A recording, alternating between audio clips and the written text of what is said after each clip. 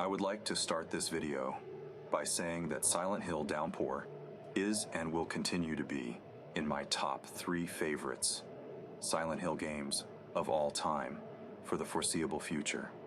I only consider Silent Hill 2 and Silent Hill 3 to have better mechanics and more memorable stories. In the last couple of months, I have seen an influx of videos saying that Downpour is a terrible game and the worst in the series. That's not only unfair, but it's completely unearned, and it upsets me greatly. If you personally don't like the game, that's fine. Everyone deserves their own opinion, and not every game is for everyone. I personally hate all of the multiplayer shooters on the market, but I would never say they're bad games or try to lessen the enjoyment someone gets out of them. I would honestly say that Downpour is easily the best Western-developed Silent Hill, and that the Voldemort app is the worst thing in the series, followed by Silent Hill, Escape, and Silent Hill Arcade. Let's get the bad out of the way first. Obviously, the aura chase and sliding levels are not only frustrating, but overused. And there is no way that the average player is making it through the train ride in the mine without losing a decent amount of health. These are bad mechanics, but they don't ruin or make the game terrible. Every single Silent Hill game has a bad level and annoying puzzle somewhere. Even Game of the Year winners have frustrating parts that most would rather not play through again. No game is perfect from start to finish. Not even God of War Ragnarok or Resident Evil 4 Remake. This game is not on that level, does not deserve a Game of the Year award. But that doesn't make it terrible either. Video games are all about experimentation, trial, and error.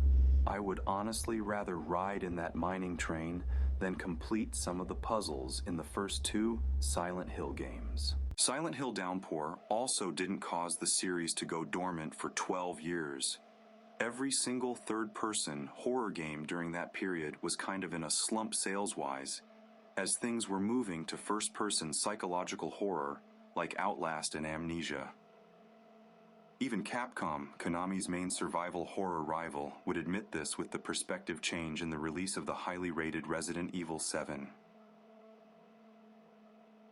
Konami then locked away Silent Hill as soon as Kojima got his hands on it and the game had positive word of mouth because of the fallout that was about to happen between the two.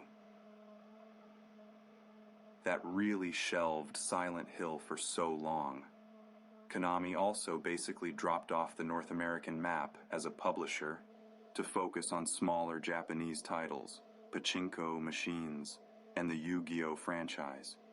Basically nothing but Pro Evolution Soccer was coming from Konami anymore. None of that was Downpour's fault. Silent Hill. Downpour is a fun and beautiful game. There are many parts where you just have to stop and appreciate how well detailed the graphics are.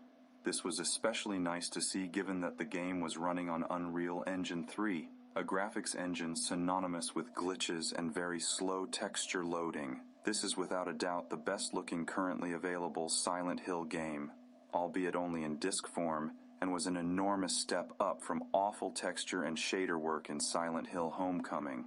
The melee combat is difficult at first to be sure, but it rewards you with your time and patience. The guns also handle nicely, and you get more than just a lock-on mechanic for them. You can actually aim like any modern action game.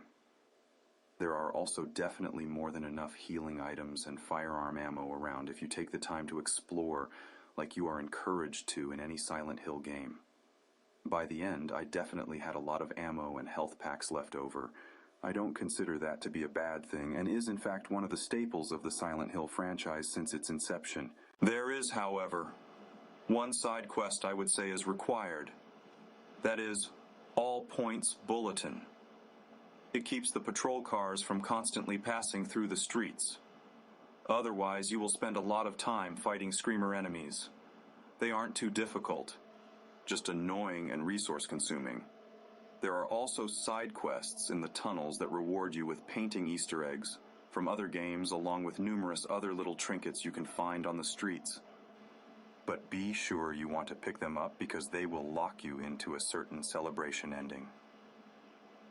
Speaking of locks, there is one Easter egg so amazing that I won't spoil it, but you should be locked into trying to find it. Overall, Silent Hill Downpour has unfortunately been judged way too harshly. It is exactly what you would want from a game in the series. Unique locations, monsters, a great final boss level, and all the standard weaponry and items you've come to expect. There is a specific puzzle toward the end, featuring a lot of moving parts. That's one of the coolest I've seen in a video game.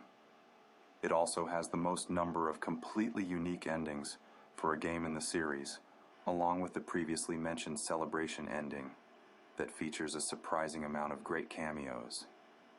So, don't let the other videos about the game on YouTube put a gun to your head and stop you from playing it.